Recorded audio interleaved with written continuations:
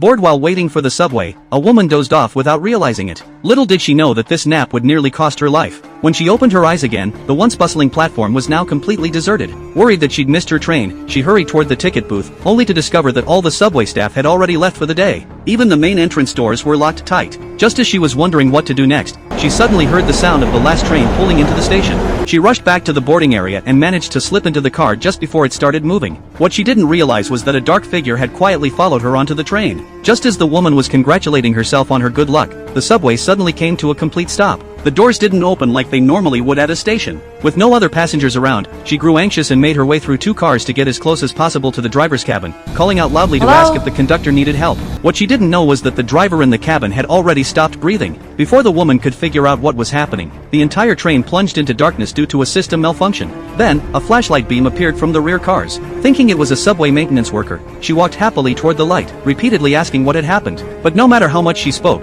the person never answered and kept moving closer to her. The woman began to sense something was wrong. Her instincts told her she needed to get out of there immediately. But in her panic, she lost her footing and fell to the ground. That's when she discovered that the person holding the flashlight was actually Mark, a co-worker from her company, the same dark figure who had secretly followed her onto the train. It turned out that Mark had developed feelings for her back at the office. To win her over, he had gone to these lengths to create what seemed like a chance encounter. But when the woman showed no romantic interest and directly rejected his confession, Mark showed no signs of being hurt by her rejection. Instead, he decided that on this empty subway car, he would take by force what he had been longing for. At the critical moment, the subway doors suddenly burst open. A mysterious force violently dragged Mark outside. His final words were telling the woman to run, before he disappeared forever beyond the subway doors.